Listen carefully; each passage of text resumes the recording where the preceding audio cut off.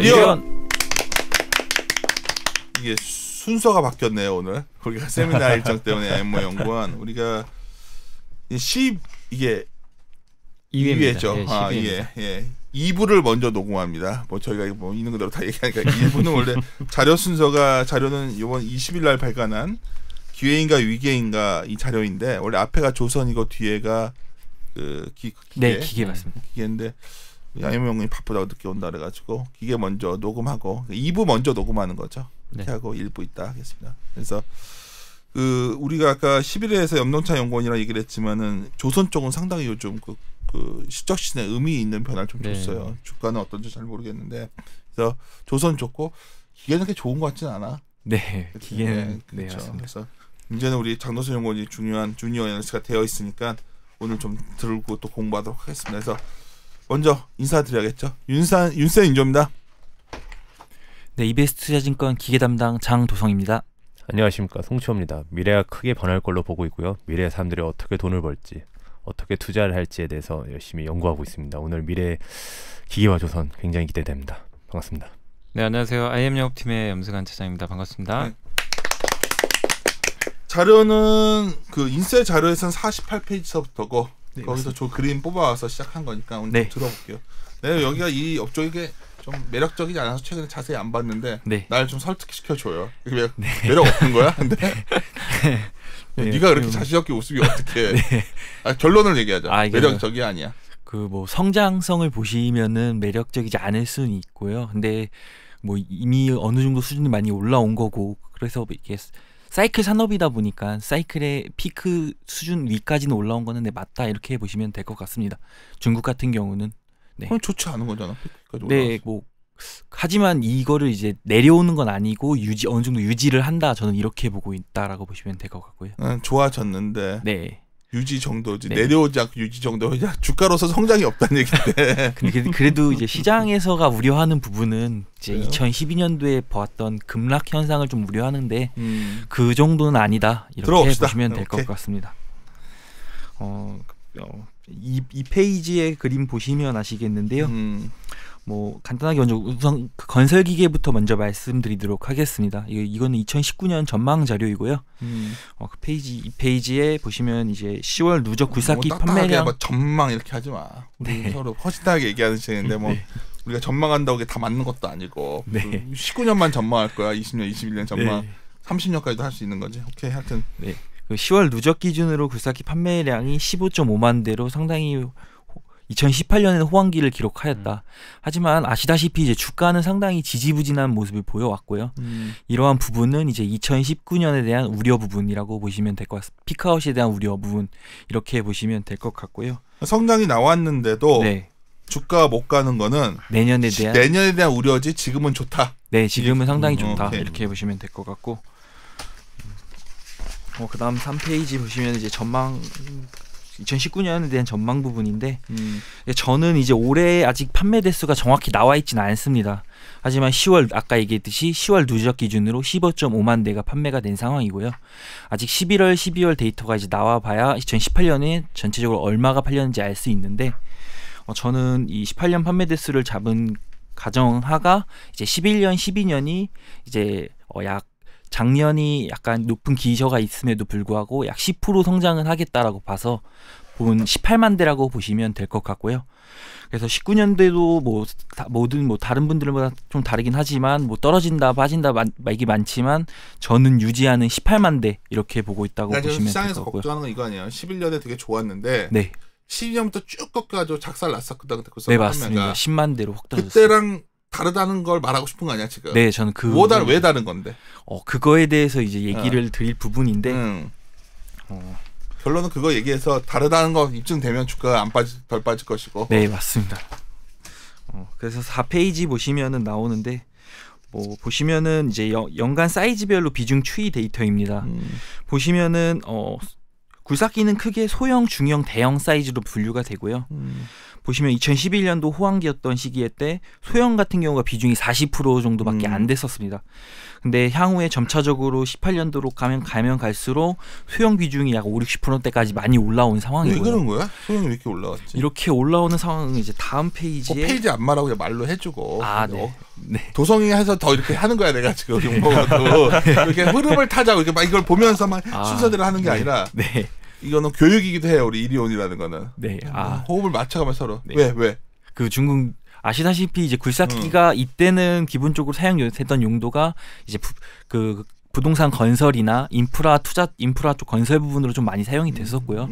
이제 점차적으로 소형 같은 경우 올라온 거는 즉 이제 농촌이나 이런 데에서도 이제 인건비가 많이 올라오다 보니까 굳이 그 인건비를 쓰는 것보다는 기기로 하는 게 낫다 식으로 해서 소형 굴삭기를 왜 많이 쓰지? 뭐 소형 굴삭기 같은 경우는 다 간단한 뭐 밭을 뭐 이렇게 일구거나 이런 간단한 부분도 농기계 쓰면 되지 왜 굴삭기 쓰지? 그러니까 뭐 로더나 이런 옮기는 부분 이런 부분이나 간단한 수리 정도 뭐 이런 부분에서 야 그럼 옛날처럼 막 2011년 12년에는 대형 위주로 돼 있었던 게 중형 위주로 돼 있었어요. 그때는 인프라 뭐 이런 거 쫙 줄이가 확 죽었던 거 아니야? 네. 그런 게 아니다. 이번에는 좀 더. 네. 거기다가 또 이때는 대형도 좀 있었는데 대형 비중도 소폭 올라오는 모습을 보이고 있는데. 올라오네. 네, 이 대형 부분이라고 말씀드리면은 대형은 이제 보통 이제 대형 굴삭기가 일반 굴삭기 앞에다가 어태치먼트라고 부르는 부분인데 여기에 드릴을 설치를 하면은 이걸로 이제 광산을 채굴용으로도 사용이 가능합니다. 그래서 원래 그걸 많이 썼어요. 투투투 치는 거. 네, 맞습니다. 네. 그래서 옛날에는 뭐 자원 개발한다고 중국 엄청 인프라하고 이렇게 깨고 뭐 이럴 때 쓰던 거였는데 그 비중만 있는 건 아니다. 그러니까 그게 이제 예전에는 이제 광산 채굴을 할 때 폭약을 터뜨려서 많이 했었었는데 친환경적으로 문제가 발생하거나 뭐 인명사고도 발생하면서 이제 이게 점차적으로 대형 굴삭기 쪽으로 좀 일부 교체되는 부분도 있다. 그래서 이제 소형과 대형의 비중이 올라왔다 이렇게 보시면 될 것 같고요. 근데 요거 4페이지를 이제 14, 15, 16년도는 조금 이제 워낙 줄어들었던 때라 헷갈린다고 보면 17, 18년도가 중요할 것 같은데. 네, 맞습니다. 요 때를 보면 또 소형 비중이 좀 줄긴 했어요. 중형이 늘고. 이때 그러니까 2011년 기준으로 보시면은 11년 대비해서 늘었죠. 그러면 이제 말씀하셨던 게 대형은 이제 광산 환경 문제가. 그러니까 왜냐면 이 얘기를 다 하거든. 11년에 굴삭기 엄청 잘 팔렸거든. 17만 대 팔렸어. 17만 거의 요번에 작년 18만 올해 18만 대 팔리면 거의 역대 최고 기록. 최고기야. 그러니까 사람들이 그때 17만 대 직구사 10만 대 갔었거든. 그러니까 그거 아니냐 이런 거 과거에 그래서 기억에 남아 있어. 숫자 우리 애들한테 기억하는 애들인데 그거 다르다 얘기하고 싶은 거 아니야 지금? 네, 맞습니다. 다른데 보면 이제 소형은 이제 저희가 광산 환경 규제는 워낙 이제 그동안 많이 말씀해서 알겠어요. 근데 소형은 아까 이제 농촌 이런 데서 이제 용도를 말씀 주셨는데 요 소형이랑 중형 용도를 조금만 더 자세히 설명해 주시겠어요? 소형은 주로 이제 일반 인력을 대체하는 용으로 좀 활용된다고 보시면 될 것 같고. 예를 들어 뭐 어떤 아까 농촌에서 뭐 다양한 업무 부분에서 그래서 내 생각에는 장도선 연구원이 다음 페이지에 임금이 이렇게 올라가는 걸 보여준 것 같아. 임금 올라가니까 임금 올라가니까 쓴다 이거. 근데 뭐 사람을 대체하는 용도네요. 그렇죠.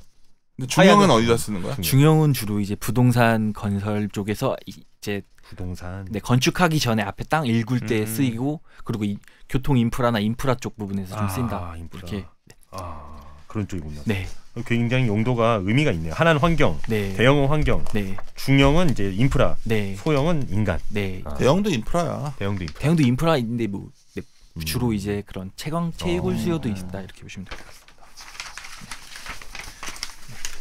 그러고 뭐 여기에 내용은 없지만 기본적으로 이제 2011년도랑 18년도 이제 지역별 판매 비중도 제가 자료에는 넣어놨는데 얘기해줘요.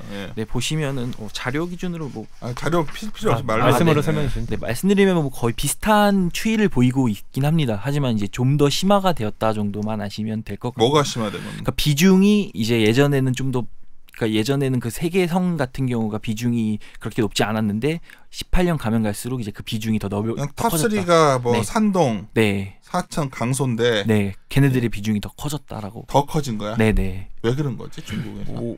그거에 대해서 딱히 뭐 여기서의 제가 그러니까 지역별로 나눠를 벗긴 했지만 별다른 이점이 없어서 딱히 특별한 이제 뭐 시사점이 도출된 부분은 아니라고 좀 보시면 될 것 같고요. 원래 사람이 많이 사니까 이런 거 아니야 여기가? 뭐 그럴 수도 있고. 너무 당황해하지 마. 이 부분에서는 딱 시사 선생님이 없었다고 보시면 될 거고. 네. 그 다음으로 이제 뭐 간단하게 말씀드리면은 그러니까 이게 2011년도에 구사키에 많이 올라온 이유가 아시다시피 이제 2008년도 금융위기 이후에 중국이 이제 경착력 우려로 중국 정부에서 약 4조 위안 부양책을 실시했습니다. 이때 인프라 투자가 하면서 2009년, 10년, 11년도 굴삭기 판매대가 순차적으로 올라왔다고 보시면 될 것 같고요. 하지만 2018년은 반대로 다릅니다. 2018년에는 오히려 인프라 투자가 아시다시피 꺾인 부분도 있었고 또 추가로 2018년 같은 경우는 기본적으로 이제 PPP 쪽이 상당히 잘 될 거라고 예상을 많이 했었지만 3월 달에 이제 감독 강화 정책으로 인해서 좀 이 부분도 일부 프로젝트들이 퇴출되고 이런 부분이 있어서 안 좋은 상황인데 아시다시피 올해 7월에 이제 중국 정부에서 이제 그 중국이랑 미국 무역 분쟁 때문에 이제 경제가 많이 둔화가 되니까 우려가 돼서 이제 경제 그 인프라 확대 정책을 발표를 하면서 뒤에서 설명드릴 부분이자 그럼 발표를 하면서 보시면 이제 10월 굴삭기 판매 데이터가 이제 약 40%로 크게 올라왔거든요. 기존에는 20%였다가 이제 40%로 크게 올라오면서 저는 이러한 기조가 상반기까지 이어지고 이런 부분이 이제 2011년과는 다르다. 2011년에는 인프라의 끝물 쪽 부분이었다면은 이제는 인프라의 시작 부분이니까 어느 정도 이게 상당히 견조하게 버텨주지 않을까 이렇게 보고 있다고 보시면 될 것 같고요. 이 자료에서 내가 가장 좀 섹시했던 부분은 우리 장도선 연구원이 중국어가 되니까 뭐 싼이랑도 통화하고만 했었다며. 네, 제가 이걸 좀 더 재밌고 구체적으로 했죠. 네. 표에 따르면 이렇게 하지 말고. 하얼빈 정통 중국어 구사하시잖아요. 네. 뭐 그러니까 어디 통화했어? 제가 통화한 거는 중국 이제 MS 1위 업체인 싼이랑 통화했고요. 최근에 이제 MS가 급격하게 올라오는 리우공이라는 업체. 이게 뭐야? 전에는 이름이 없었거든 이게. 네, 이 업체는 없었는데 요즘 들어 급격하게 올라온다라고 좀 보시면 될 것 같습니다. MS 최근 2달도 좀 크게 올라오고 원래 그런 모습. 뭐 일본의 코마츠인가? 네, 일본 코마츠. 뭐 네. 캐터필라, 네. 한국의 두산 인프라코. 네. 그걸 하면 중국 하면은 이제 뭐 싼이. 네. 이 회사 뭐야? 어떤 회사인데 이렇게? 이 회사도 똑같이 굴삭기 판매하는 회사는 나도 그 정도 알아. 날 비웃지 마. 그러니까 굴삭기 판매하는 회사는 언제 생긴 거야, 이 회사? 제가 그것까지는 조사하지는. 야, 뭐 그것까지 조사 안 하게 이렇게 다 조사를 해야지. 그래. 근데 최근에 이제 MS가 급격히 오르는 좀 급부상하는 업체다라고 좀 보시면 될 것 같습니다. 그리고 헝리나 이 에딜러는 다 이제 그 부품 업체들이라고 보시면 될 것 같고. 뭐 다양하게 뭐 XCMG 이런 업체들도 있었는데 전화가 안 돼서 우선 이렇게 4개 업체만 했다고 보시면 되고. 네가 전화해도 안 받아줬구나. 전화가 아예 안 되더라고요. 그러다 보니까 된 거고 다 제가 거의 CFO 분들이랑 통화했다라고 보시면 될 것 같습니다. 알았어. 높은 분들. 인터뷰 내용 좀 얘기해줘. 어떤 상황? 중국 시장 내용. 네, 중국 시장 내용 보면은 여기 싼이 네, 이번 보시다시피 그러니까 저는 전반적으로 2018년 상황이 어떠냐 그리고 너희 회사에서는 2019년을 어떻게 보느냐 이런 식의 질문을 좀 많이 했고요. 좋은 아이디어. 네. 해봐. 그래서 2018년에 대한 거는 뭐 2019년 전망이나 이런 부분 거의 큰 차이는 없었습니다. 저희가 보는 거와는 그렇게 큰 차이는 없었지만 달랐던 부분이 뭐 아시다시피 아까 얘기했던 굴삭기 사용 범위 확대가 되는 부분을 그쪽에서는 크게 언급을 많이 했고요. 그 사람 말로는 이제 지금 농촌에 가면은 싼이 얘기야? 네, 싼이 얘기로면 농촌에 가면 굴삭기 지금 엄청 많이 쓰고 있다고 이런 식으로 얘기를 많이. 우리나라 농촌 많이 안 쓰잖아. 네, 근데 중국은 이제 뭐 얘기 공장이 넓은가 봐. 그 IR 그 CFO 말 들어보면은 이제 뭐 농촌에 이제 젊은 애들이 있는데 젊은 애들이 일하기 싫어하면서 이제 그렇게 굳이 일 안 하고 이제 굴삭기 이런 걸 활용한다 이렇게 얘기를 했다고. 걔는 농촌에서 뭘 짓길래 굴삭기 쓰려는데 야 굴삭기 가서 농촌을 뭐에다 짓는 거야? 그러니까 소형 굴삭기는 진짜 작습니다. 저희가 그걸 잘 몰라서 네. 포크레인보다 큰 거죠, 맞죠? 아닙니다. 포크레인보다 작은 그냥 진짜 소형 굴삭기. 네, 포크레인보다 작아요? 네, 그러니까 부산 박해 쪽 이런 데서 판매되는 그런 장비라고도 보시면 될 것 같습니다. 가서 땅 파고 막 네, 그런 거를 이제 굳이 삽질하는 게 아니라 약간 그런 식으로 하고 있다라고 보시면. 싼이 애들 말은 이게 넓어진 부분을 되게 강조하는 거구나. 네. 확대된 거. 네, 이 부분을 강조하고. 11년과 다른 게 그거다. 네. 그리고 뭐 얘기했듯이 중국에서도 얘기를 하더라고요. 이제 경제가 안 좋으니까 결국은 정부는 인프라 투자할 거다. 그러니까 나는 이 싼이 네가 장도선 연구원한테 반말했다고 갑자기 돌아가. 마이너스 15%라고 적혀있단 말이야. 예산 성장률이. 이거는 상당히 안 좋게 보는 거죠. 이 정도면. 그러니까 다들 이제 범위를 마이너스 10에서 플러스 10으로 워낙 많이 올라온 부분이 있기 때문에 약간 보수적으로 하는 부분도 있지만 그래도 어느 정도 성장은 할 수 있을 거라고도 보는 부분도 있어서 갖고 그렇게 보시면 될 것 같습니다. 그러니까 뭐 이게 인프라의 파급력이 어느 정도 될지를 모르니까 그러니까 중국 기업 애들도 다 같이 얘기하는 게 올해 그러니까 중국 경제 지금 경제 성장 둔화 우려가 있으니까 정부가 인프라 투자할 거다. 그러면은 결국 굴삭기 수요 있을 거고 올라올 거다. 그리고 저희가 아는 교체 수요 같은 경우는 이제 이거는 이제 매년마다 앞으로 매년 이벤트식으로 매년 일부 물량이 교체되고 또 나오고 교체되고 나오고 이게 과거에 뭐 한 번에 교체되는 그런 부분은 아니다. 이런 식으로 언급을 많이 했었고요. 오케이. 그리고 뭐 친환경 부분도 아시다시피 뒤에서 설명드리겠지만 그 부분에 따른 이제 신제품 교체 수요도 좀 가속화될 거다. 이렇게 좀 많이 얘기했다라고 좀 보시면 될 것 같습니다. 아마 이런 부분일 것 같아요. 이제 투자자분들이 이 표를 보시면 이제 앞에 글로는 막 되게 엄청 좋은 것처럼 얘기하다가 숫자가 막 0, 10, 마이너스 15 돼 있잖아요. 나도 네. 그리고 얘기하다가 갑자기 마이너스 15%는 보통 우리가 10자 이상 마이너스 나오면 안 좋은 거야, 조성아. 그러니까 오케이, 그다음 거. 아마도 근데 이제 그럼에도 불구하고 장성훈 군이 좋다고 이제 말씀하신 이유는 제가 이제 현대건설기계 뭐 그리고 두산인프라코 이제 주가는 최근 못 봤지만 분명히 많이 하락한 있는 상황이죠. 네네. 그러니까 실적이 좋았음에도 불구하고 많이 하락했고, 네. 근데 오히려 성장을 한다는 전망치들이 나와 있는 상황이다. 이 말씀하시는 거잖아요, 그죠? 그것뿐만 아니라 시장에서 우려한 거는 2012년도 같은 폭락을 우려했는데. 아, 왜냐면 그때 너무 네. 강렬했어. 17만 대에서 10만 대로 빠졌거든요. 반토막 들어서 그때. 우리 아까 전 시간에 그 염노천 연구 했던 거 있잖아. 낮춰도 계속 그게 낮아지는 거야. 그 실적 전망이. 생각해봐. 7만 대를 팔다가 갑자기 10만 대를 가고 있으니 회사는 그때 뭐 고마츠 같은 것들도 대박살 나고 막 그때 했지. 주사는 전사했고. 네. 이거네요. 엄청 나쁠 걸로 생각하는데 사실 나쁘지 않은 상황일 수 있다. 그때와 다르다가만 나오면 되지. 그렇네요. 네. 나머지도 전화한 데는 어땠어? 나머지 전화도 내용은 뭐 비슷하다고 보시면 될 것 같습니다. 좀 특이한 부분이 이 스마트와 IoT 시스템을 적용한 부분, 이 부분에 대해서 강조를 많이 하더라고요. 어디서? 그러니까 뭐 사니도 그렇고 류공도 그렇고 자체적으로 우리 이런 플랫폼이 있다.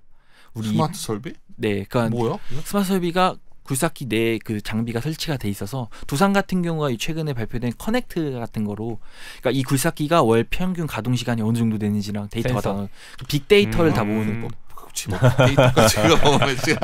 가동 시간이나 아니면 언제 정비가 수준이 어떻게 됐고 언제 정비해야 되고 이런 거가 이제 그렇죠. 핸드폰 앱으로 이제 다 확인할 수 있는 그런 부분에 대한 좀 고객의 수요들도 좀 요즘 많이 있다고 얘기를 하더라고요. 그런 부분도 좀 언급을 많이 했었고. 나는 인터뷰 내는 이게 궁금했는데 여전히 높은 굴삭기 가동 시간이 무슨 말이야? 네, 이게 아까 제가 얘기했듯이 굴삭기 이분은 어떤 분이어서 전화했어? 헝리 이분도 뭐 그쪽 헝리? 이건 어떤 헝리라고 이제 저희가 아는 BY 파워가 하는 알아. 그 유압 실린더가 얘네도 하는 부품 회사네? 네. 이거 괜찮겠다. 그러면 얘네가 MS가 1등이라고 보시면 될 것 같습니다. 야, 이거 DI 파워 하는 거면 이거 괜찮다. 중국 주식 중에서 이게 좀만 되게 해줘봐. 그래서 전화했는데. 얘기했는데 뭐 막 얘기를 많이 하잖아요. 가동 시간 데이터는 자기네들도 뭐 경쟁사 뭐 납품한 업체들에게 봤을 테니까. 그리고 뭐 뒤에서 설명드리겠지만 코마츠 같은 경우는 건설기계 자기네 건설기계에 콤트렉스라는 장비를 설치해서 월별 가동 시간 데이터를 매월 공개를 합니다. 저희 같은 경우는 그걸 참고할 수 있는 거고 뭐 아까 말한 산이나 리우공 같은 경우는 자체적으로 플랫폼이 있기 때문에 자체적으로 그걸 확인을 하는데 여전히 굴삭기 가동 시간이 뭐 줄어드는 그런 건 아니니까 그런 부분에서 수요는 여전히 좀 있다 이렇게 보시면 산동성에서 코마츠가 기계 팔았는데 네. 그 씨가 안 돌리고 맨날 거기서 막 밥 먹고 술 먹고 놀고 있으면 체크가 되네요. 굴삭기에서 술 먹고 밥 먹고 하지는 않을 테니까. 네, 주인장이 그러니까 안 돌리고 있는 거죠. 그러면 지금 체크를 코마츠에서 하고 있다는 뜻이네요. 그러니까 뭐 평균을 내는 거다 보니까 어느 정도 좀 그렇게 보시면 돼요. 장사가 어느 정도 돌아가고 안 돌아가고의 데이터가 모아지는 거네. 공산주의 국가네. 이거 얼마나 노동을 열심히 하고 있나. 정부에도 정부에도 파는 거 아니야? 그런 건 아니고. 그래. 그다음에 수요가 어떻게 되는지 확인한다고 보시면 될 거고요. 그래서 저도 이제 아까 얘기했듯이 2019년 수준이 이제 2018년과 유사한 18만 대로 보고 있다고 얘기했고요. 그게 이제 저에 대한 가장 저도 크게 보는 게 아시다시피 2017년 7월 말에 중국 정부에서 인프라 투자를 확대하겠다고 발표를 했고요. 8, 9월에 이제 중국 지방 정부의 특정 채권 발행량이 크게 늘어났습니다. 8, 9월 데이터는 없지만 자료 보시면은 있습니다. 크게 늘어났고 그게 올해 10월 이제 그 고정자산 투자 이 데이터에서 나왔다고 보시면 될 것 같습니다. 그래서 10월에 보시면 월별 데이터 기준으로 다 반등하는 모습이 보였고 지방 정부가 특정 채권 발행을 허용했다는 건 지방 정부가 재정이 별로 안 좋은데 채권 발행에서 돈이 있으니까 인프라 투자한다 이 얘기하고 그걸로 인프라 투자 좀 자세히 해줘. 그러니까 인프라 투자용 자금인데 그걸로 인프라 투자 금액이 꽤 되지 그게. 네, 꽤 됩니다. 그렇게 보시면 될 것 같고 보시다시피 이제 그 매크로 데이터인 인프라 투자 기초 인프라나 고정자산 월별 데이터도 올라왔고 또 코마치에서 나오는 월별 중국 가동 시간 데이터도 크게 올라온 모습을 확인하실 수 있습니다. 10월 같은 경우 7월, 8월에 발표되고 그다음에 10월부터 데이터가 잡혔다. 7월 말에 발표가 7월 되고 말에 발표되고. 8, 9월에 발행을 많이 하고 10월부터 조금씩 반응이 나오고 이제 잡히기 있다. 시작했네요. 이게 잘 돼야 되는데 지방 정부도 이렇게 돈 발행해가지고 이게 잘 돌아가야지. 또 이것도 안 되면 참. 네. 그리고 장군 원관이 공부한 스터디한 바로는 이 스탠스가 중국 정부가 강력하게 밀어붙이는 스탠스라는 거죠. 그래서 내년 상반기까지는 이런 부분 때문에 좀 왜 내년 상반기일까? 우선은 내년 상반기까지는 좀 견조한 모습을 보이지 않을까 이렇게 보시면 될 것 같고요. 그리고 뭐 페이지 9페이지도 하나 더 있긴 한데 이 토지 매입 면적이라는 게 기본적으로 중국은 토지를 매입하고 1년 안에 부동산 건설을 진행을 해야 됩니다. 즉 부동산 지표의 선행 지표라고 볼 수 있는데 토지 매입 면적도 현재 그래도 YOY 뭐 조금 둔화가 되고 있긴 하지만 YOY 20%대로 견조한 모습을 보이고 있어서 이 부분도 향후에 어느 정도 좀 그런 굴삭기나 인프라 투자에 좀 견인하지 않을까 이렇게 보고 있다라고 보시면 될 것 같습니다. 그리고 이제 제가 남들은 얘기 잘 안 하시는 부분인데 이 환경 규제 부분 제가 좀 많이 크게 얘기를 많이 하는 부분인데 뭐야? 이 부분은 중국이 이제 굴삭기가 디젤 엔진으로 가동이 되는데 이 디젤 엔진의 배기 규제 부분이라고 보시면 될 것 같습니다. 그래서 크게 생산 부분이랑 활용 부분으로 나눠지는데 생산 부분 같은 경우는 현재 중국이 2016년에 배기 기준 티어 3를 지금 적용돼 있는 상태고요. 이거를 지금 2020년도에 티어 4로 상향하겠다라고 얘기해요. 중국이 이렇게 환경 규제의 어떤 그런 강도가 좀 약화되고 있잖아. 다른 부분에서는. 다른 부분은 약화될 수도 있다. 뭐 철강이나 이런 부분, 감산 부분이 약화되고 있긴 하지만 이건 안 그래. 굴삭기 이런 부분은 전혀 그런 부분은 보이지 않다. 이렇게 보시면 될 것 같습니다. 그래서 뭐 예정대로 지금 제가 중국 이거 뭐 한때 얘기로는 그 티어 4 그 제조 일지 그 시행을 이 티어 4 제조 시행은 단순히 이제 제조랑 판매 제품 기준이라고 보시면 될 것 같고요.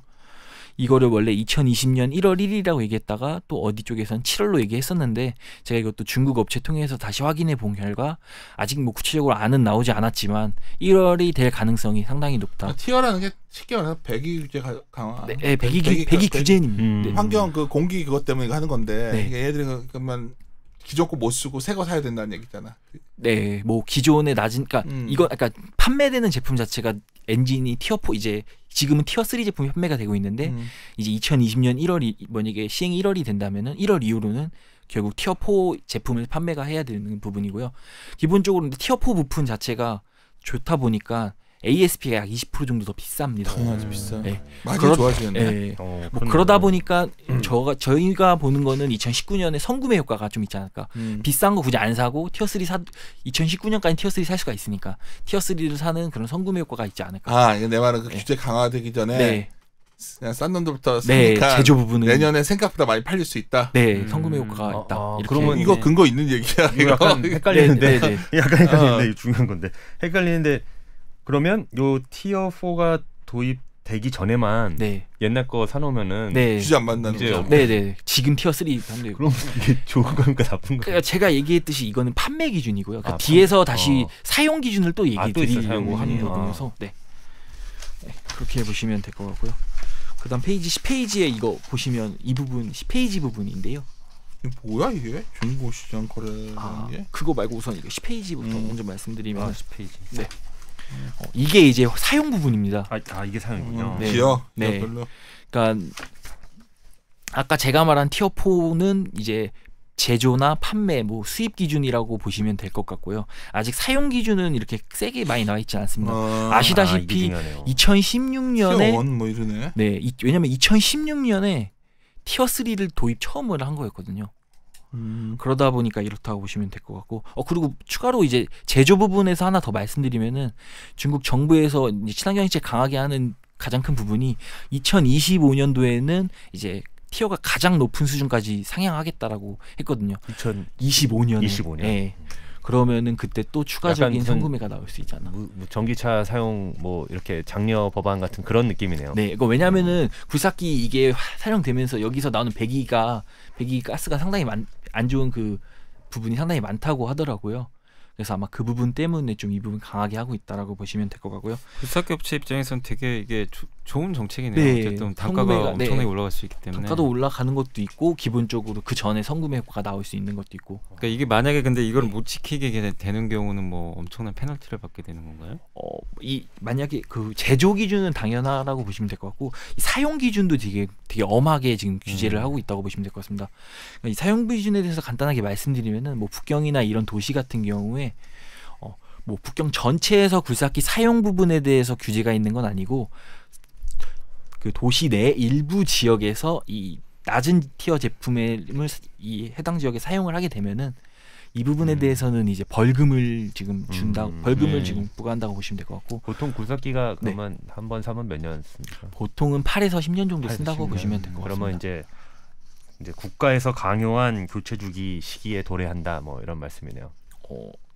뭐 그거와 무관하게도 만약에 중고로도 사용은 할 수는 있잖아요. 뭐 관리가 잘하거나 안 돼도 그냥 쓰면 쓸 수는 있는 건데, 이제 그런 부분이 제한이 된다라고 볼 수 있는 거죠. 그러면은 뭐 그래서 뒤에 있는 부분이 이 온라인 중고 시장 거래량 데이터인데요. 그러면 지금 2017년 18년에 네. 지금 뭐 물량들이 많이 팔렸잖아요. 네, 많이 팔렸습니다. 이때 팔린 제품들은 주로 뭐 티어가 높나요? 결국은 티어 3인 거죠. 티어 신제품은 티어 3. 2016년 이후로 판매된 거는 다 티어 3라고 보시면 됩니다. 좀 그게 뭐 전체 시장에서 차지하는 비중은 크지는 않은 거고요. 그러면 아마 티어 2가 제일 많다라고 보시면 될 것 같습니다. 이거네요. 2011년도에 대량 판매된 것들이 곧 이제 이 티어 4, 티어 3 이제 규제에 걸리면서 교체를 해야 되는 상황이 도래하게 되네요. 네, 그것도 있고 이미 그 부분은 아까 얘기했듯이 8에서 10년이다 보니까 이미 그러니까 교체 수요가 도래하면서 나오는 부분도 있고. 근데 이게 구체적으로 데이터가 나와 있지 않다 보니까 그냥 대림자가 그러니까 대략자만 이렇게만 볼 수 있다, 이렇게 보시면 될 것 같습니다. 사용 부분이 온라인 중고시장 거래량 이 데이터는 간단하게 말씀드리면은 이제 중국의 굴삭기 온라인 중고거래 시장이라는 티에지아왕이라는 사이트가 있습니다. 이 사이트에서 이제 그런 거래되는 데이터를 이제 이렇게 구체적으로 데이터로, 그러니까 거래량 대수로는 안 알려주는데 YOY로 나눠진 걸 이렇게 나타낸 데이터인데, 최근에 보시면은 역성장하는 모습을 보이고, 네, 이런 부분이 있다라고 보이면, 이게 어떤 의미인데? 그냥? 이름에 따라서 이제 제가 아까 얘기했듯이, 그러니까 저티어 제품이 사용되는 부분이 사용되는 지역이 줄어들다 보니까 결국은 중고거래 시장이 분해가 되고 새 거를 사야 되는 그러니까 신제품으로 선순환된다, 이렇게 보시면 될 것 같습니다. 데이터네요. 네. 오케이. 그래서 결국 이런 두 가지 이슈로 인해서 이 두 가지 이런 포인트로 인해서 중국 굴삭기 시장은 내년에도 약간 2018년과 유사하게 18만 대 정도 한다, 이렇게 보시면 될 것 같고요. 18만 대면 상당히 잘 팔리는 건데. 네, 상당히 잘 팔린 겁니다. 이미 18만 대면은. 근데 왜 이렇게 안 좋게들 보는 거지? 갑자기 내가 지금 성량은 플랫이지만 뭐. 아마 플랫 그런 성장률이 없다. 아니, 그러니까 왜냐면 올해 내내 엄청난 서프라이즈 나왔는데 주가가 빠져버리고 이제 내년도도 이렇게 좋을 수 있는데 되게 억울하시겠어요. 네, 억울하시. 근데 그런 부분은 있긴 하지만 그러지 말고 억울하다 하면 되지 뭐. 미국이었어, 미국. 네, 미국은 뭐 아시다시피 주로 이제 그런 두산 바켓 쪽에서 많이 익스포저가 크다고 보시면 될 것 같고, 크게 이제 얘네는 인프라 투자보다도 이제 그런 아까 얘기했듯이 콤팩 장비 조그만 거 인력을 대체하는 부분으로 좀 활용된다라고 보시면 될 것 같습니다. 그래서 주로 이제 일반적으로 단독주택 지을 때 이런 부분에 활용돼서 단독주택 지표들이 좀 많이 참고 지표로 활용이 되는 부분이라고 보시면 될 것 같고요. 뭐 최근에 모기지로는 금리 인상하고 이러면서 좀 많이 거래량이나 이런 부분이 둔화된 부분이 있지만, 여전히 비주거용 건수 지출이나 뭐 건설기계 출하 금액도 낮은 수준이고 계속 올라오고 있어서 이 부분은 내년 상반기까지 긍정적이다. 우리 바켓 여기 넣었나 오늘? 바켓은 자료에 네, 없습니다. 그래, 전에 커버했었잖아요. 네, 바켓은 커버는 하고 있습니다. 미국 이렇게 좋으면 바켓 같은 거 괜찮지 않나 싶어서. 아, 근데 그렇지 않아? 네, 제 생각에는 뭐 밸류에이션 쪽으로 오케이. 닭으로는 좀 네, 자료 안 들어갔으니까 네. 더 이상 얘기는 안 하는데. 네. 미국 내년에 뭐 인프라 예산이 좋으니까 미국. 네, 인프라 예산 좋아서 이 부분은 인프라 투자 예산이 이렇게 뭐 2019년 약 450억 달러 정도 돼 있으니까 이 부분도 만약에 구체적으로 안이 나오면은 추가적인 성장 모멘텀이 된다 이렇게 보시면 될 것 같고요. 인도 얘기를 좀 써놨더라고. 네, 인도가 얘기하면은 인도가 익스포저가 큰 데는 현대건설 기계라고 보시면 될 것 같습니다. 현재 인도 시장은 뭐 일본 업체들이랑 그리고 현대건설 기계 이렇게 세 개 업체가 지금 과점 형태로 이루어지고 있다고 보시면 될 것 같고요. 현재 현대건설기가 최근에 MSI 2위까지 좀 올라왔다. 왜 그 현대건설기가 중국에서 완전히 다 지수로 나간 거지? 쫓겨난 건 아닐 것 같은 나왔는데 네. 인도에서 왜 잘한 거지 얘네가? 인도에 좀 초기에 진출한 부분도 그러니까 뭐 두산 인프라코어는 진출을 안 했고 얘네는 중국에 진출한 부분이 두산은. 네. 그런 부분이 있고. 그러니까 현대건설기계는 말씀드리면은 장이 안 12년도 급락하고 쭉 안 좋았을 때 예출 채권이나 이런 다양한 문제들이 터져서 이쪽이 정리를 하는 부분으로 많이 진행을 했어요. 여러 개 없었구나. 네. 그러다가 그러니까 두산 인프라코는 좀 버텼고 그랬다가 이제 현대건설기계는 이제 17년 하반기부터 2016년 하반기부터 들어왔고 17년부터 이제 좀 본격적으로 진행하면서 캐파도 늘려가는 단계고 2018년이 본격적으로 이제 사업을 진행을 했던 거고요. 그리고 이제 지금 2019년까지 이제 올해 연말까지도 지금 대리상 수도 더 늘리는 계획을 하면서 그래서 저는 이제 뭐 뒤에서 또 추가로 설명드리겠지만 현대건설기가 좀 좋게 보고 있다. 근데 현대건설기가 이제 뒤에 우리가 커버를 했으니까 네. 그리고 괜찮다 얘기를 했는데 이 실적이 되게 안 좋지 않냐? 이게 뭐 실적이 뭐 웬만 우리가 아까 염동찬 연구가 그걸 했었기 때문에 네. 실적 보고 있으면 이거 문제 있는 거 아니야? 네 그렇게 보실 수 있으니까 이 회사가 요번 3분기 실적에서 코멘트 간단하게 해드리면 완전 쇼크지 뭐. 네, 쇼크는 쇼크인데요. 이게 문제가 쇼크는 우리 지금 해봅시다. 우리가 그 전 에피소드에서 되게 중요한 얘기를 했어요. 이거 지속 가능한 쇼크 나오는 거 아니야? 쇼크는 쇼크인 지속 겁니다. 가능할 수도 있지만 이제 저는 이제 포인트로 잡은 거는 그러니까 뭐 쇼크부터 간단하게 말씀드리면 쇼크단 이후로는 잘 얘기하셔야 돼요. 이유가 있어요. 염동차이랑 중요한 얘기를 하고 왔어 우리가. 본인 쇼크에 대해서 심도 깊게 대화를 했거든요. 네, 이게 현대건설기 같은 경우는 이제 신흥국 비중이 좀 있습니다. 근데 아시다시피 신흥국 환율 이슈로 인해서 좀 그 부분의 판매가 좀 급감된 부분이에요. 터키.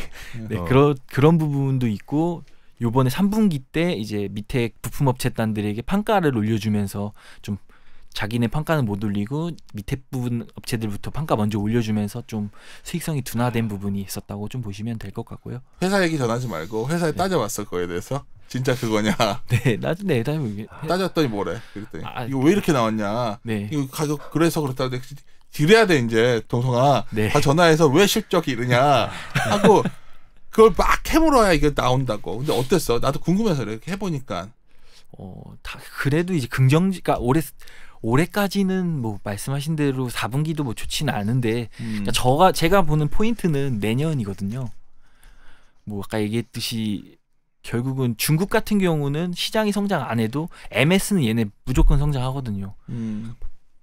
기본적으로 캐파가 두산 인프라코어랑 같은데 지금 MS 4%대밖에 안 되고 반면에 두산 인프라코어 6% 이런 상태. 다른 말로 하면 캐파가 똑같은데 MS가 그거밖에 안 되니 이게 실적이 얼마나 안 좋은 거냐는 거지. 그러니까 얘기했듯이 대리상 같은 경우 아직 제대로 구축이 안 됐고 이제 사업을 진행을 하다 보니까 최소 MS 1%는 올라온다. 그럴 경우에는 뭐 두산 인프라코어야 MS가 올라올 여력은 더 적고 반면에 현대건설기에는 MS 올라올 여력은 더 있고 그러면은 결국은 현대건설기가 그 성장할 여력은 더 있다라고 보는 거고 그 다음으로도 인도 쪽도 올해 기준으로 해서 한 지금 9월 누적 기준 한 40% 성장했거든요. 시장 자체는 얘네는 현대건설기에는 더 성장을 했고요.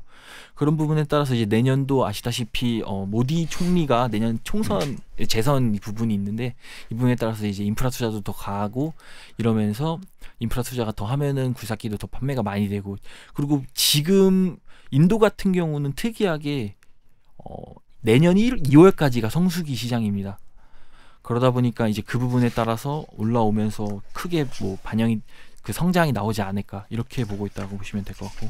이게 현대건설 기계를 듣다 보니까 우리 이제 장도생 약간 어리둥절하시겠지만 저희가 염동찬 연구원과 심도 깊게 어닝 쇼크는 지속될 수밖에 없다는 얘기를 계속 했거든요. 근데 이거 써주셨어요. 장수 연구원이 보면 신흥국은 18년 3분기와 마찬가지로 신흥국 환율에 따른 판매적으로 지속될 것으로 보여 3분기 유사할 것으로 보인다. 이게 솔직하게 이렇게 써주셨어요. 그러니까 이래서 염동찬 연구원 얘기한 그 버려진 종목이 서프라이 나올 때를 그때 주가 튀는 것 같아요. 이러니까 이런 문제가 있고 주가가 빠지니까 안 봐버리는 거죠. 안 봐버리다 갑자기 신흥국이 내가 보기에 이게 올해 내로 이게 바로 일 것 같지는 않고 내년에 정말 이게 두 가지 해석이 가능한 거지.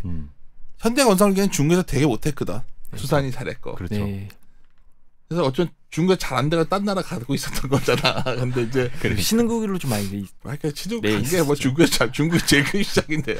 근데 중국에서 장도선 연구원 말은 중국에서도 좀 다시 낮아져 있어 올라올 수 있고 나머지 쪽에서는 잘하고 있으니 포텐셜 있다. 네, 맞습니다. 그렇죠. 포텐셜은 있는데 아직까지 숫자는 안 보인다는 거지 내 말은 전혀. 네, 아직까지는 숫자는 안 보인다. 그게 팩트야. 근데 MS가 올라오는 것도 가능성 상당히 높다고 저는 중국 쪽은 상당히 높다고 보고 있어요. 중국 MS가 전에도 잘 안 올라왔는데 올라오겠냐는 거지. 그러니까 2018년도가 이제 어느 정도 올라온 거고 이제 정도 올라온 건가? 얼마까지 내려왔었냐? 원래 2%대였었어요. 그 카페를 갖고서. 그러니까 캐파는 낮았었고요. 그렇지. 캐파가 이제 조금씩 다시 이제 부축하는 관계고. 나아지겠네. 그 부분이 저는 좀 보고 있는 거고요. 아직 정해진 거는 아니고 이제 뭐 계획을 해 나가는 단계인 건가 봐요. 네, 계획을 한다. 그러니까 내년 초부터 이제 진행하겠다고 얘기는 들었었고요. 내년 초에 가서나 봐야겠네. 네, 미안하다. 아닙니다. 그리고 그리고 아까 간단하게 신흥국 부분도 그냥 간단하게 말씀드리면은 신흥국 같은 경우가 이제 너무 아까 말했듯이 그런 환율 이슈로 잘 안 팔릴 부분이 있었었는데 이제 이 신흥국도 주로 이제 국내에서 생산을 해서 직수출하는 구조였었거든요. 근데 국내 인건비 부분도 올라오는 부분도 있어서 이제 회사 입장에서는 인도에서 생산을 해서 인도에서 이제 수출하는 쪽으로 좀 수익성을 빼가지고 뭐 아까 우리 빼서 그러면서 수익성을 조금 더 개선시키겠다. 이런 식으로도 인도가 싸니까. 인건비가 좀 싸니까 원가를 절감하면서 어차피 또 가깝고 그러면서 그 주변 중동이나 아프리카나 이런 쪽으로 그러네. 중동 아프리카 같은 데 많이 쓸 텐데 원래 중동 아프리카도 비중이 좀 있거든요. 아프리카 같은 데가 유럽계 자금들은 아프리카 투자를 되게 많이 하더라고. 그리고 뭐 아시다시피 국내 시장은 뭐 내년에도 좀 안 좋게 보고 있다. 이 정도면 될 것 같습니다. 이번 자료에는 두산 인프라코어는 없는데 최근에 자료 쓰셨나요? 네. 그러면은 물어봐도 되는 거네요. 그러면 지금 상황에서는 이제 중국 비중 높은 두산 인프라코어랑 이 신흥국 비중 높은 현대건설기는 어느 걸 더 선호하시는 겁니까? 저는 뭐 여기 자료에서 썼듯이 포인트 자체로는 뭐 현대건설기가 좀 더 업사이드가 있다라고 보는 거고요. 오케이. 네. 피팅 좀 들읍시다. 이게 원래 조선 듣고 듣는 게 난데. 네. 피팅 간단 말씀드리면은 아시다시피 이제 용정용 관 이음새라고 표현하시면 될 것 같고요. 주로 이제 배관의 방향을 바꾸거나 그 관 넓이 관경을 바꿀 때 이럴 때 사용된다라고 보시면 될 것 같습니다. 그래서 상품으로는 뭐 크게 엘보우라고 해서 기역자 모양인 제품이 있고요. T자 모양인 T가 있고 아니면은 배관을 좁혀주는 리듀서 이런 제품이 있다라고 보시면 될 것 같습니다. 옛날에 이거 공부했었는데 그런 것 같았어. 주로 이제 뭐 다품종 소량 생산 스타일이라고 좀 보시면 될 것 같고 전형적인 이제 장치 산업이라고 좀 보시면 전형적으로 마진도 별로고. 네. 그래서 뭐 14페이지에 뭐 간단하게 말씀드리면 이제 전방 산업별 매출 비중 데이터 표인데요. 보시면 이제 석유화학 쪽의 비중이 상당히 높은 모습을 보이고 있습니다. 석유화학 이런 뭐 크래커 이런 플랜트의 이제 매출의 약 1-2% 정도 얘네가 매출 인식이 된다고 보시면 될 것 같고 뭐 잘못 알고 있으시는 분들이 이제 조선 쪽의 비중이 높다라고 보시는데 생각보다 조선에서 나오는 매출 영향은 크지 않다 이렇게 보시면 될 것 같습니다. 옛날엔 많았죠. 옛날에 많은 것도 그러니까 원래 옛날에는 발주량이 많다 보니까 그런 거고 사실 조선 한 척당 뭐 많이 들어가지는 않는다고 하더라고요. LNG가 척당 한 5-6억 정도 들어가는 게 좀 많은 거고 컨테이너 선 정도 한 1-2억 정도밖에 안 들어간다. 그냥 이렇게 보시면 될 것 같고 그럼 결과적으로는 산업 플랜트가 좋아야 제일 좋다라고 보시면 될 것 같고요. 근데 앞으로 이 석유화학 보면 네. 뭐 플랜트 많이 증설한다고 하는데 네네. 그런 거 보면 되게 좀 네, 제가 보니까 굉장히 그 포인트로 이번에 좀 작성을 했다라고 네. 보시면 될 것 같고요. 그리고 그냥 간단하게 또 말씀드리면은 기본적으로 이제 수익성 자체도 그런 정유보다는 석유화학 플랜트 그런 크래커 쪽이 더 좋다라고 보시면 될 것 같고요. 가장 좋은 건 이제 해양 플랜트나 이런 쪽 좀 부식성이나 이런 부분이 좀 좋아야 되는 부분 이런 부분이라고 보시면 될 것 같습니다. 그래서 16페이지가 제가 보는 포인트로는 이제 산업 플랜트의 발주가 늘어서 신규 수주 이 두 회사의 피팅 업체들의 신규 수주가 증가한다고 보는 거고요. 이 걸프 프로젝트 인덱스라는 데이터가 있습니다. 이게 지금 써있지는 않은데 제대로 보시면 이게 이렇게 한방 맨 이렇게 튀어 보이는 부분이 사우디아라비아라고 보시면 될 것 같고요. 이게 출처 MEED로 돼 있는데 뭐예요? 네, MEED는 제가 약자까지 갑자기 생각이 안 나서. 네. 부러워 맨날 다 생각이 안 나. MED 검색하면은 그러니까 중동 쪽 관련된 이런 인프라 프로젝트들을 좀 나열한 데이터라고 그리고 보시면 다 대답해야 돼. 네, 알았지? 네. 보시면 될 것 같습니다. 그래서 이렇게 최근에 올라오고 있다라고 보시면 될 것 같고 어떤 게 올라오는 거죠? 그래서? 뭐 어느 게 올라온지는 구체적으로 나와 있지는 않은데 네네. 뭐 산업 플랜트나 이런 발전 플랜트 이런 다양한 부분 중에서 일부가 올라오고 있다라고 색깔이 여러 개 있어가지고. 네, 이게 티어 올라온 게 사우디아라비아. 사우디아라비아. 네. 나라야 나라. 네, 하나당 사우디아라비아, 네. 이라크. 근데 이 그림을 따왔으니까 네. 나라 안 적어놓은 이렇게만 딱 보여주면 무슨 네. 나라인지도 모르잖아. 사우디와 이라크가 올라온 거잖아. 네, 지금. 맞습니다. 사우디 이라크. 네, 맞습니다. 그렇게 보시면 될 것 같고, 그러니까 제가 좋게 보는 건 여기 데이터가 뭐 많이 없어서 쓰진 않았는데 뭐 말로 말씀드리면은 결국은 이제 유가는 아시다시피 많이 올라오기는 지금 좀 쉽지 않은 상황이고 그러다 보니 업스트림 쪽 업스트림 투자도 많이 떨어지는 부분이 있습니다. 뭐 기술이 개발이 됐다 해서 뭐 업스트림의 BEP 유가 수준이 낮아졌다 하더라도 여전히 업스트림 투자는 좀 많이 낮아지고, 그러니까 예전 가장 높았던 수준까지는 올라오기 한참 멀었다라고 보시면 될 것 같고요. 반면에 이제 이런 그런 부분 업스트림 부분이 안 좋다 보니까 결국은 이 오일 메이저나 중동 산유국 같은 경우가 이 석유화학 다운스트림 쪽으로 투자를 많이 하고 있어요. 그러니까 정유뿐만이 아니라 아예 에탄 크래커나 납사 크래커 이쪽으로 좀 많이 진출하고 있다. 뭐 그래서 대표적으로 말씀드리면은 사우디 같은 경우는 비전 2020에서 얘기했듯이 비전 2050에서 얘기했듯이 2016년도에 발표한 부분인데요. 그러니까 사우디라는 나라 자체가 석유 의존도가 워낙 높다 보니까 이제 비석유 부분을 좀 성장을 시키려고 노력을 하는 부분이 있었고요. 이에 따라서 우선적으로 다른 부분 아예 연관이 없는 부분을 늘리기에는 좀 제한적이다 보니까 석유와 좀 연관이 그나마 있는 그런 다운스트림 쪽으로 진출을 했다라고 보시면 될 것 같고요. 그리고 이거는 데이터가 있진 않지만 IEA에서 나온 얘기를 간단하게 말씀드리면은 중장기적으로 석유 수요는 증가하는 거는 맞는데 결과적으로 이 석유 수요를 뭐가 증가시키냐에 따라서 데이터를 보시면은 석유 화학 제품 쪽이 증가시킨다고 보시면 될 것 같습니다. 그래서 이런 부분에 따라서 결국은 향후에 고부가 가치 쪽인 이 그 석유화학 제품 쪽으로 오일 메이저와 중동 산유국들이 투자한다 이렇게 보시면 될 것 같고요. 그러면서 지금 석유화학 플랜트 쪽도 발주가 좀 많이 나오고 있고, 그러면 발주가 나오면은 결국은 이 피팅 업체 얘네들에게 신규 수주가 들어간다 이렇게 보시면 될 것 같습니다. 그러면 정리하면 이런 거네요. 네. 석유 업스트림보다는 네. 다운스트림 쪽 네. 투자와 석유화학 이쪽 이런 피팅 업체들이 매출이 네. 연관이 돼 있고, 그죠? 네.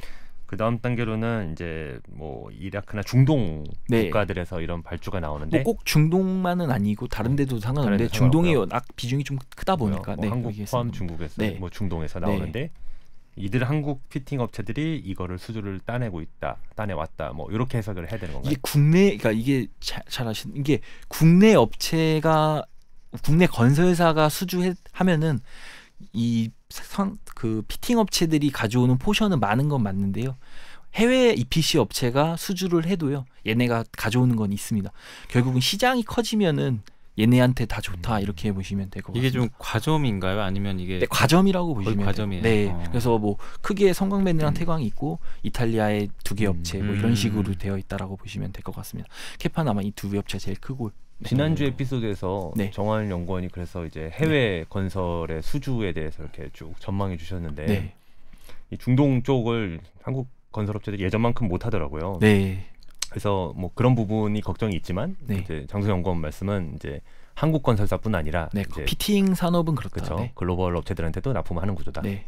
왜냐면은 뭐 태광이나 이런 데 얘기 들어보면은 해외 매출 비중도 한 70%, 약 60% 후반에 70%대라고 업체 비중 그렇게 된다고 하니까. 그럼 이미 숫자가 있네요. 네. 태광 같은 경우는 여기 기타가 되게 크게 나와 있는데 이 기타가 딜러향으로 넘어간다라고 보시면 돼요. 네. 이 딜러향은 주로 이제 석유화학 플랜트 쪽으로 나가는 거고. 딜러는 석유화학 플랜트. 네. 그러면 둘 다 석유화학 플랜트 비중이 높네요. 네, 맞습니다. 그렇게 보시면 될 것 같고 두 번째 포인트로 보이는 게 이제 최근에 아시다시피 LNG 쪽입니다.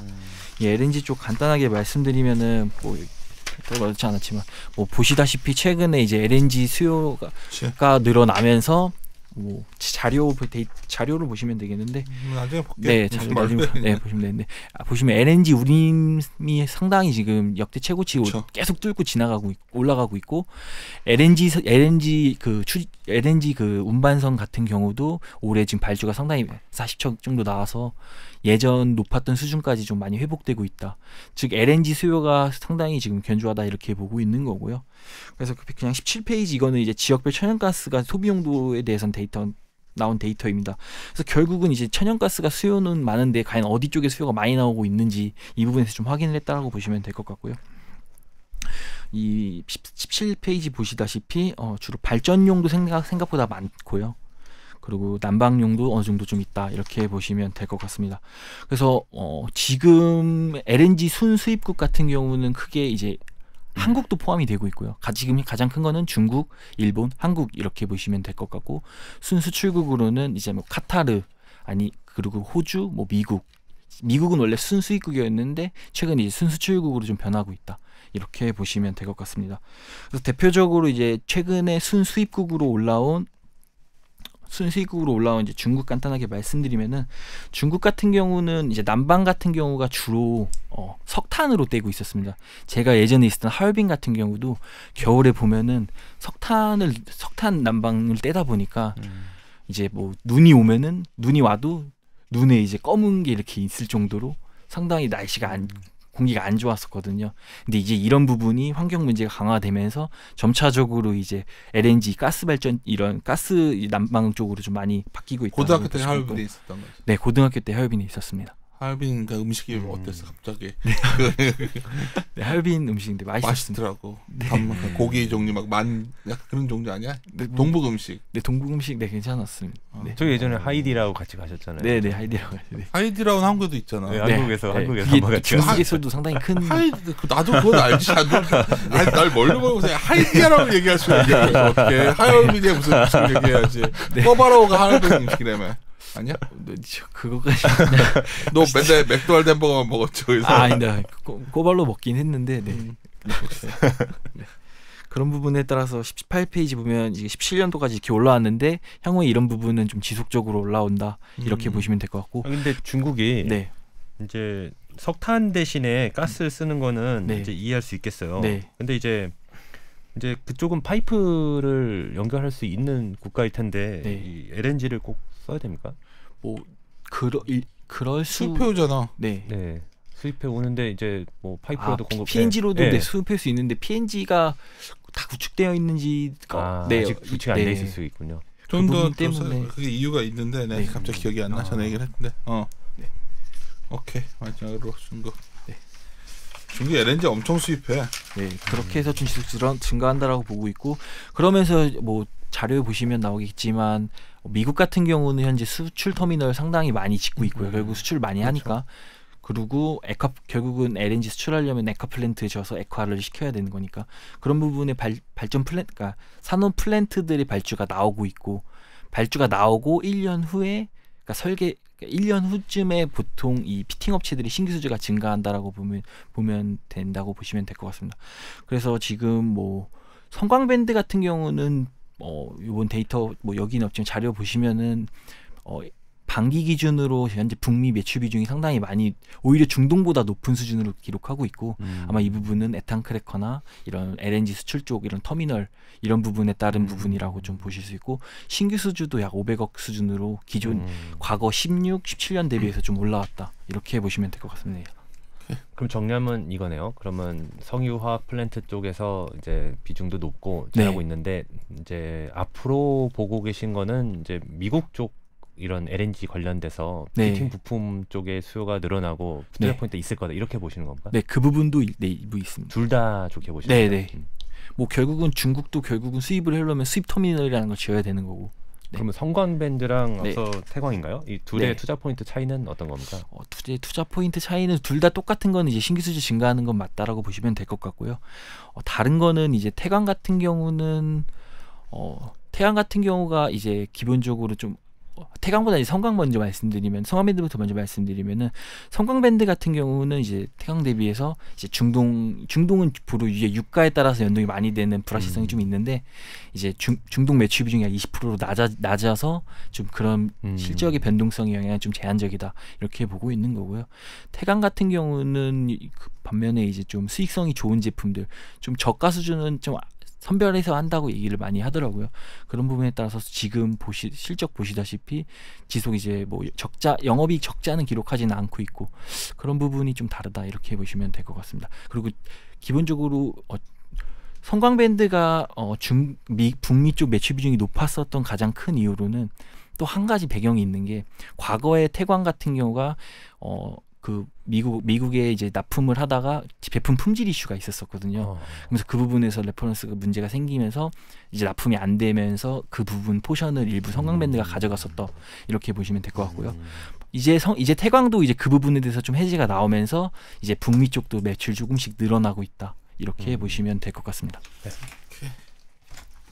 아이고 고생하셨고 오늘 뭐 잠깐만 지금 말을 많이 거는 거는 전부 다 훨씬 강도정 원이 이제 말도 자연스러워졌고 점점 더 근데 저는 많이 들었는데 피팅이고 굴삭기고 별로 매력은 잘 못 느끼겠다. 매력은 여기가 이제 버려진 주가가 폭락해 있는 좀 내년에 잘 봐야 될 것 같아요. 내년에 잘 봐야 될 것 같아요. 내 생각에 대해서 어떻게 생각하십니까? 뭐 그렇게 보실 수도 있다. 알았어 미안해. 아닌데 마무리 짓고 오늘 가서 쉬시고 마무리 짓겠습니다. 이른다 이륜